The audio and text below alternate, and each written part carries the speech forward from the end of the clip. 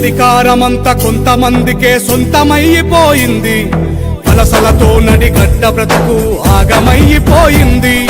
తిరుగుబాటు జెండెగరలేకనే మార్పు మాయమైంది. ఇది కూడా కరెక్ట్ కాదు. చెప్పండి మీరు అర్థం చేసుకోండి.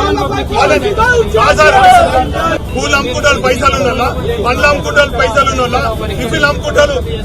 సార్ దయచేసి మీరు ఆపమని చెప్పండి, మీరు ఆపమని చెప్పండి. మేము పోతాం అదే చేసుకోండి.